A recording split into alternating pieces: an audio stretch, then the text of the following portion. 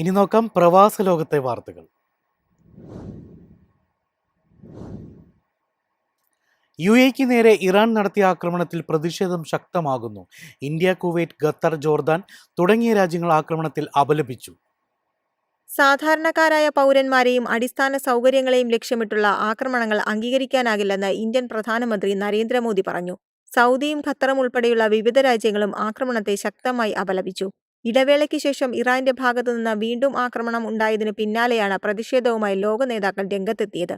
എല്ലാ പ്രശ്നങ്ങളും സംവാദത്തിലൂടെയും നയതന്ത്ര മാർഗങ്ങളിലൂടെയും സമാധാനപരമായി പരിഹരിക്കണമെന്ന് ഇന്ത്യൻ പ്രധാനമന്ത്രി നരേന്ദ്രമോദി അഭിപ്രായപ്പെട്ടു. യുഎഇയിലെ ഫുജൈറയിൽ ഇറാന്റെ ആക്രമണത്തിൽ 3 ഇന്ത്യൻ പൗരന്മാർക്ക് പരിക്കേറ്റ സംഭവത്തെയും അദ്ദേഹം ശക്തമായി അപലപിച്ചു. കുവൈറ്റ്, ജോർദാൻ തുടങ്ങിയ അറബ് രാജ്യങ്ങളും GCC സെക്രട്ടേറിയറ്റും യുഎഇക്ക് ഐക്യദാർഢ്യം പ്രഖ്യാപിച്ചു.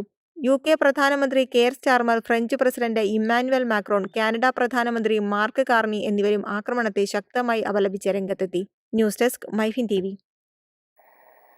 ദുബായ് വിമാനത്താവളത്തിലെത്തിയ യാത്രക്കാരിൽ ഇന്ത്യക്കാർ മുൻപന്തിയിൽ. 25 ലക്ഷം യാത്രക്കാരാണ് ഇന്ത്യയിൽ നിന്നും ദുബായ് വഴി യാത്ര ചെയ്തത്. ഗൾഫ് മേഖലയിലെ വ്യോമപാത നിയന്ത്രണങ്ങൾക്കിടെ ദുബായ് രാജ്യാന്തര വിമാനത്താവളം വഴി യാത്ര ചെയ്തവരിൽ ഇന്ത്യക്കാർ മുന്നിൽ. 25 ലക്ഷം യാത്രക്കാരാണ് ഇന്ത്യയിൽ നിന്ന് ദുബായ് വഴി പറന്നത്. നഗരങ്ങളിൽ ലണ്ടന് തൊട്ടു പിന്നാലെ മുംബൈ 2ാം സ്ഥാനത്തുണ്ട്. ദുബായ് വിമാനത്താവളം വഴി ജനുവരി മുതൽ മാർച്ച് വരെയുള്ള കാലയളവിൽ ആകെ 1.86 കോടി യാത്രക്കാരാണ് കടന്നുപോയത്. മുൻവർഷത്തെ അപേക്ഷിച്ച് 20.6% കുറവ് രേഖപ്പെടുത്തി.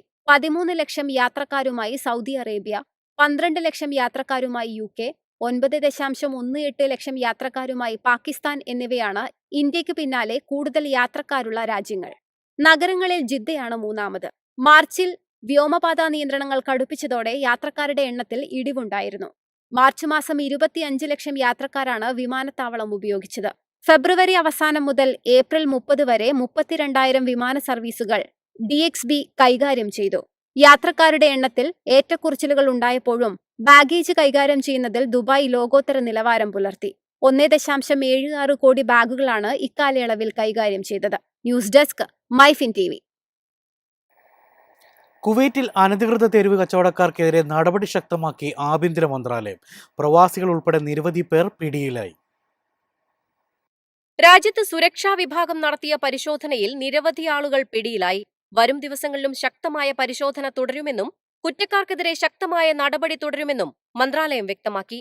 പൊതുസ്ഥലങ്ങളിൽ അനുമതിയില്ലാതെ സ്റ്റാളുകൾ സ്ഥാപിച്ച് കച്ചവടം നടത്തിയവരെയാണ് ഉദ്യോഗസ്ഥർ പിടികൂടിയത്.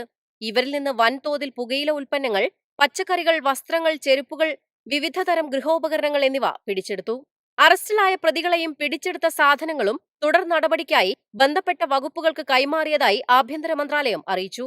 സുരക്ഷാ നിയന്ത്രണങ്ങൾ കർശനമാക്കുന്നതിന്റെയും നിയമവിരുദ്ധമായ വിപണനം തടയുന്നതിന്റെയും ഭാഗമായിട്ടായിരുന്നു പരിശോധന.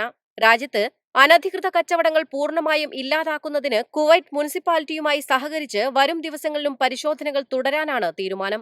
News desk, Myfin TV. എളുപ്പത്തിൽ സമ്പാദ്യം വളർത്താം. ഇന്ന് തന്നെ മൈഫിൻ TV ആപ്പ് ഡൗൺലോഡ് ചെയ്യൂ.